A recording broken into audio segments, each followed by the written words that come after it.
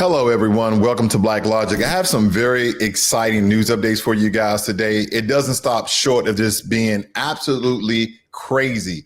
Trump's base erupts over DOJ's memo dismissing Epstein's client list, and critics accuse him of protecting elites, or in some regards, protecting himself. Rep. Mark Vesey demands Trump release full Epstein records, sparking bipartisan pressure for transparency. And Israel launches airstrikes on Syrian forces, enduring Drew City after daily sectarian clash. And Russia shrugs off U.S. tariff threats, signaling quiet relief and renewed economic maneuvering amid sanction. An ICE memo declares millions of illegal immigrants ineligible for bond hearings, igniting civil rights outcry. I'm going to have all of these top stories for you guys here today. Believe me, this is going to be a great one.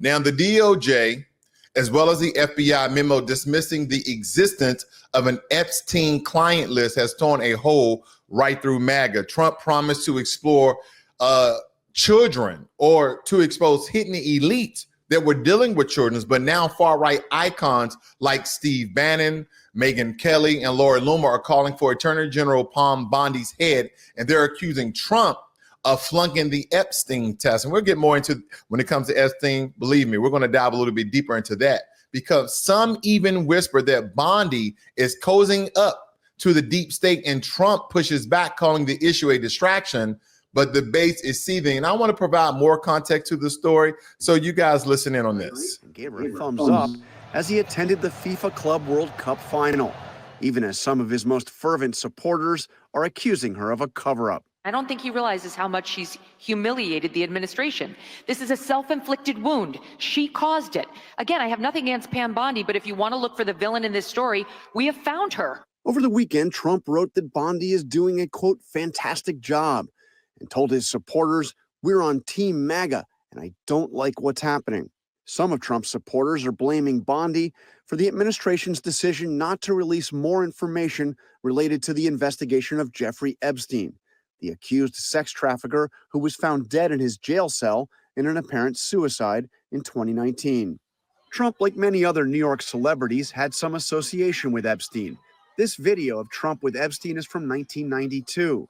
When Epstein was arrested in 2019, Trump said they had previously had a falling out and had not spoken in 15 years. It was Attorney General Bondi who set expectations earlier this year that the DOJ and FBI files on Epstein would be released. The DOJ may be releasing the list of Jeffrey Epstein's clients? Will that really happen? It's sitting on my desk right now to review. That's been a directive by President Trump. But in a big reversal, the DOJ and FBI have now announced the end of their investigation, writing that a review found, quote, no incriminating client list, and, quote, no credible evidence that Epstein blackmailed anyone, and confirming that he had died by suicide. Well, if that is the case, why won't they just release whatever information that they have?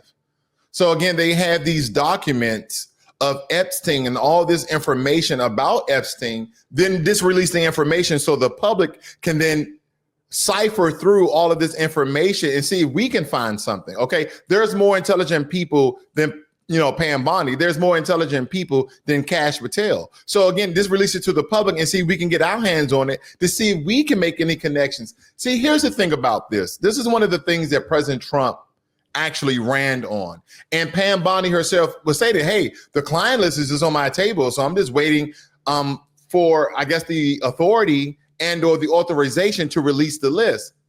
So that tells me that President Trump, and I'm alleging, this is allegedly, this is my conjecture, that President Trump told her to hold off or stop or wait or postpone, whatever the case may be. What is in these files that the United States government, President Trump, Pam Bondi, Kash Patel is now downplaying this? Because just the other day, President Trump was like, are we still talking about that creep? Are we still talking about Jeffrey Epstein, that creep?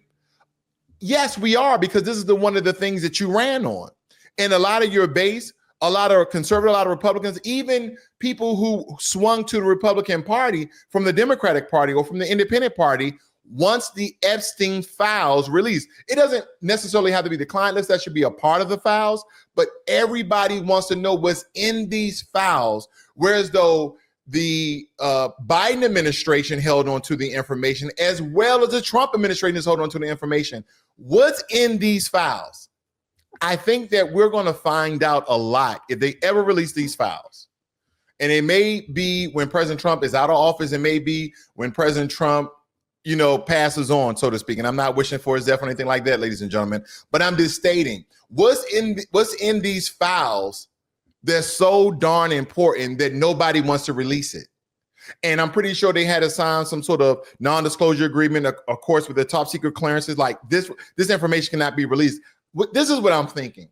It must be high-powered billionaires part of this list and part of these files. It must be presidents. I'm talking about, it could be President Trump, President Biden, President Obama, President Clinton, President Bush. It could be all these people involved in this in some hollow way, and it could be links, okay? If there's crumbs, there's a trail.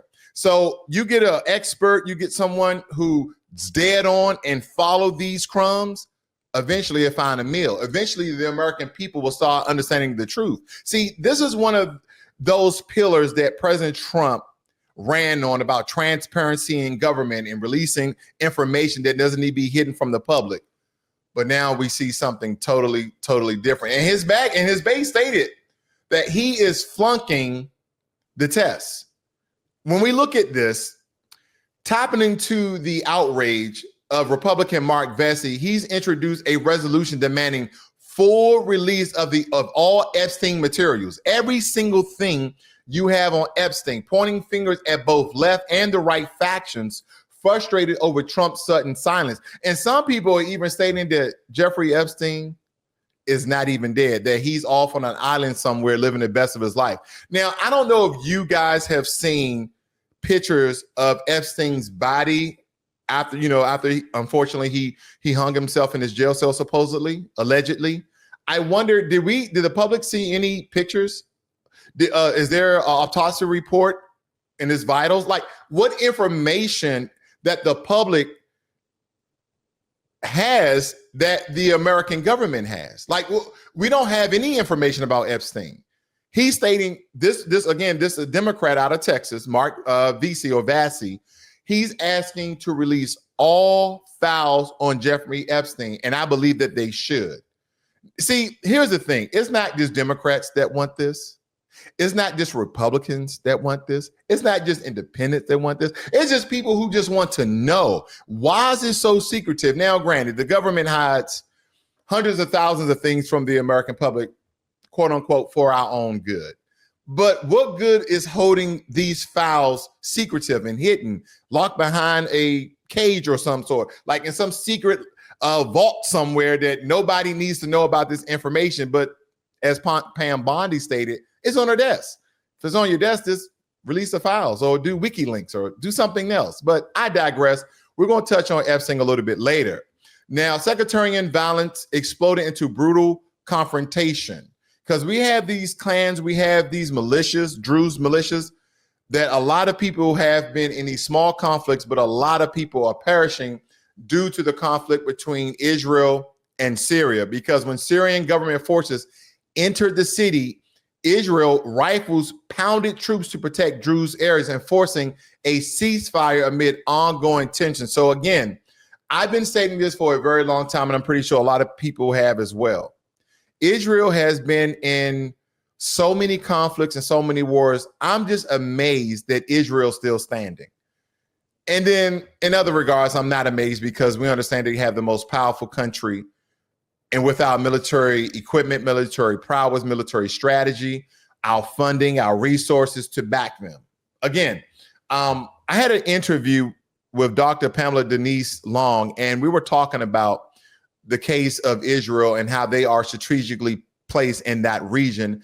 And they're one of our strong allies. And this is one of the main reasons why we continue to support Israel. Now, I know that's not going to satisfy anyone. It definitely doesn't satisfy me. I believe there's more than meets the eye when it comes to Israel and the support that they have from the American government. When Trump threatened secondary tariffs against Russian allies, Moscow barely flinched, instead privately relieved. Analysts say that the move was anticipated, giving Russia room to plan responses. Because here's the thing about Russia. Supposedly they have large quantities of gas and oil, and America basically stated that if any country buys Russian energy, we're going to apply sanctions. Now, I don't know what sanctions we're going to impose against India. I don't know what sanctions we're going to pose against China, because these are some of the major countries that are buying and purchasing Russian energy. So I'll keep you guys updated on that story as well. But again, I'm just curious about how they're going to go about doing that.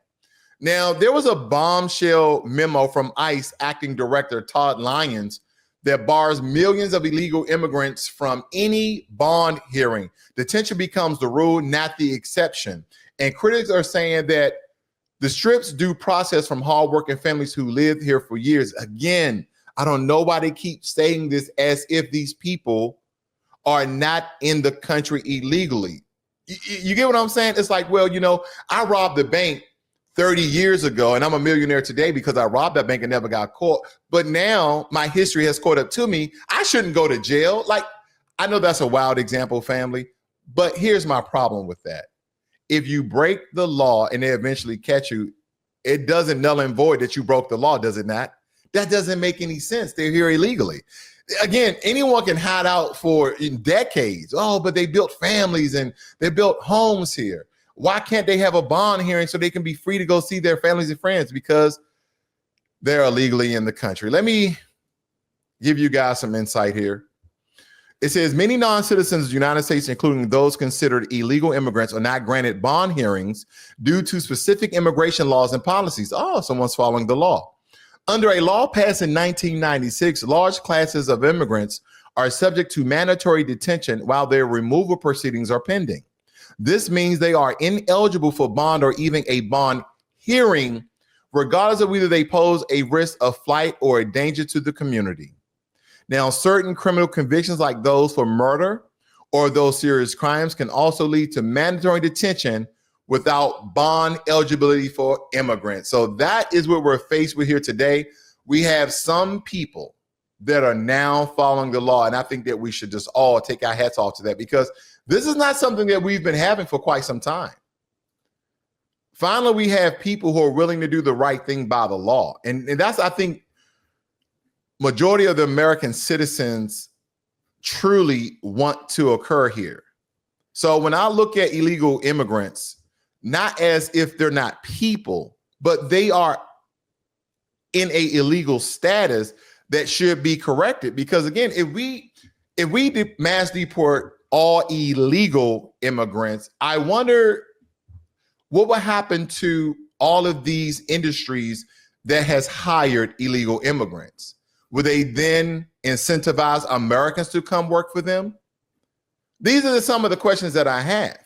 But now I want to jump on Jeffrey Epstein. I want to jump on a lot of things that are turning heads when it comes to the Epstein files being released. Excuse me.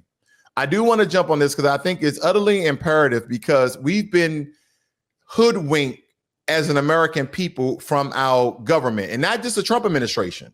I believe the Biden administration, at least as far back as the Biden administration, because General Flynn, former national security advisor to President Trump, is now going public with what he claimed is irrefutable top-level documentation showing that Barack Obama's DOJ and FBI orchestrated a full-scale surveillance operation, not just against Trump, but against the entire American First movement.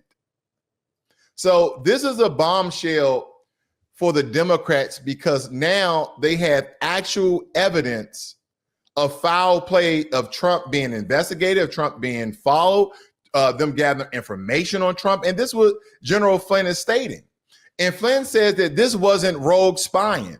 It was organized, it was intentional, and he claims it was part of an institutional operation to sabotage a sitting president and nullify an election they didn't even like. This is what we're hearing, ladies and gentlemen, out of the White House. This is what we're hearing out of the White House from the Obama administration. Wow. And just to think people thought Obama couldn't do any wrong, even though he didn't support Black Americans. But I digress. And again, don't forget he was actually labeled the deportation chief or something in those guidelines, because everybody was going harsh on Donald Trump of mass deportation. But Obama deported more illegal immigrants than any other sitting president. Now, Trump may double or triple that number because of his time in getting right on it. But this went under the fence. This went behind the veil, ladies and gentlemen, of President Obama doing a lot of the things that now the American people are just finding out. In Flynn's words, and this is me quoting it directly, he stated that they spied, they lied, they framed me to protect their operation. Now I'm holding the proof. He has all the cards. Now, according to Flynn, this proof includes internal memos, redacted emails, intelligence briefings, and surveillance authorization signed off by senior officials from the Obama-era DOJ. He says that these documents confirm illegal FISA, F-I-S-A, abuse and the strategic weaponization of federal law enforcement. And do not forget, President Obama has done this. This is the alleged claims, okay, of Flynn's words, okay, of former National Security Advisor General Flynn. This is what he's stating, that he actually has proof, he actually has evidence, he has memos and emails to show the American people. And again, we just have to wait for this information to be released, just as most of us are waiting for the Epstein files. But Flynn hasn't released the full files to the public yet. But here's what he's saying is coming. Surveillance orders on Trump's campaign officials before any alleged wrongdoings, communication between the DOJ officials talking about a backup plan in case Trump won, evidence that key media outlets were briefed in real time to shape the Russian Gate narrative, an internal pushback by lower level analysts who were told to stand down or be reassigned. Now, I wonder how many people are going to jump on board and try to protect President Obama, who needs no protection from the American people. I don't care if you're Democrat, Black, white, Asian, Hispanic. I don't care what you are. You're an Obama lover. Listen, if you are breaking the law, if you are spying, if you are investigating a former president, and you're doing it again, this is actually breaking the law, ladies and gentlemen, because again, he says that these documents confirm illegal FISA abuse and the strategic weaponization of federal law enforcement. That's what's saying. And Flynn quoted, okay, and I paraphrase. Let me make sure I get this right. The evidence they tried to bury isn't going away. It's here. It's real. And once it's released, there's no walking it back. And that's where we're waiting for. Again, I think we're waiting for a lot of things as the American people. Are we not? We're waiting for this information to be released. We're waiting for the Epstein files to be released. And as expected, when it comes to former President Obama investigating President Trump, again, some of the claims here, evidence that the key media outlets, now, this is my conjecture, allegedly, it's possibility, the likes of CNN, MSNBC, ABC, NBC, anything with a C probably. But they stated that evidence that key media outlets were briefed in real time to shape the Russian Gate narrative. So basically what they're stating here is that mass media pushed propaganda on the American people. This was all in a ploy so President Trump couldn't be president again, by the way. That's the one thing that we cannot forget. Okay, or prevent him, my apologies, prevent him from being president. Again, this was during the Obama administration. Let me make sure I get my timeline right. Now, as I stated before, as expected, the mainstream outlets were CNN, MSNBC, the New York Times, and already labeling Flynn's claims as conspiracy-laced, baseless, or political motivated. But ask yourself this, if it's so baseless, why the media blackout? Why do we have the coordinated silence across legacy media? Why no Freedom of Information Act lawsuits to get the truth? And more importantly, why did they go so hard? They went extra hard to destroy this man in the first place. Now, some people believe that President Trump is a bumbling idiot, that he doesn't know what he's doing, that he's incompetent. Even Congresswoman Jasmine Crockett, when he made those low IQ remarks, basically say, let me keep this simple for the president so he can understand, basically reverberating the same sentiments that President Trump stated on her. But when it comes to this, Flynn was the first scalp of the anti-Trump machine.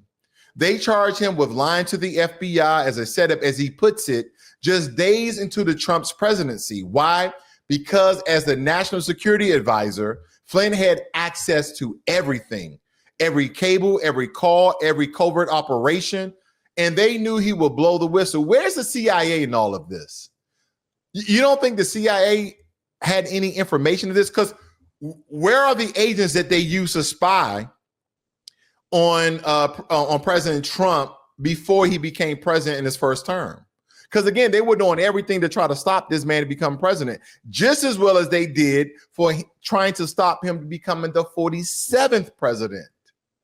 So again, let me be crystal clear.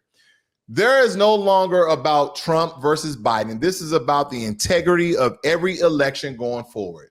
This is about the unelected bureaucrats in federal agencies that can override the will of the people with black ops and media manipulation. And just look, in order for these news agencies to come out with these narratives propaganda, I'm pretty sure they got paid by the U.S. government through some pork funding legislation or some pork funding under the table pluff account. When we look at these things, Flynn is saying this very plainly, folks. We no longer have a republic. We have a shadow state pulling the strings behind the scenes. And I believe that a lot of us already knew that there was a shadow state in place, and that only people with certain statuses, bank rolls and bank accounts of billions and billions of dollars was in charge, and of course behind all of this. And they didn't want President Trump to become president the first time because they're like, he's too erratic, we can't control him.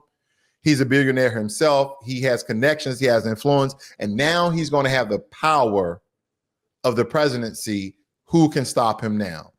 Now, Flynn has promised that he will begin releasing documents soon, but here's what I want you guys to pay close attention to. Will the DOJ move to block the release? Because again, this is supposedly, allegedly, the acts of a former president by the way of President Obama. So they're going to block this release. Will the media attack Flynn's character again instead of addressing the content? Will House Republicans step up, or will they do, when it comes to the Epstein files, will they chicken out? He says it's going to start with a drip and then it's going to flood. Once the floodgates open on all of these stories, whether it be Epstein or the investigation of President Trump by the way of the Obama administration through the DOJ, even the most diehard skeptics will have no choice but to admit it. We've been lied to on a scale most Americans can't even imagine. And just the other day when I was reporting about Joy Reid conspiring with Republican Congressman Jasmine Crockett to basically, in some regards, try to deport the Trump family, her state basically is revoking her membership into the Democratic Party. She's like, I think I'm going to be independent. So we're not just dealing with political corruption. We're dealing with a system built to protect itself at all costs. And the man who stood at the highest levels of intelligence says he's ready to take it down brick by brick. So I ask you guys this. What happens to a country when the people finally see what's been done in the dark? Because they stated that everything that's done in the dark will come to light, and we're still waiting for it. So again, General Michael Flynn has just dropped a political nuke claiming he has classified documents that prove Obama's DOJ and FBI spied on Trump and plotted to destroy his presidency before day one. In this report, hopefully I broke down these allegations, the government cover-up, and of course the media silence, or the media's propaganda initiative to fool the American people. And we're going to define if this is true. And we're going to dive deeper into these Epstein files because I think this needs a closer look. I was really hands off Epstein and just waiting for more information to come out. Because again, you can do a quick report why they're not, coming out with the files, but now it has my attention. And I believe that it has you guys' attention too. So with that, I see you guys on the next one.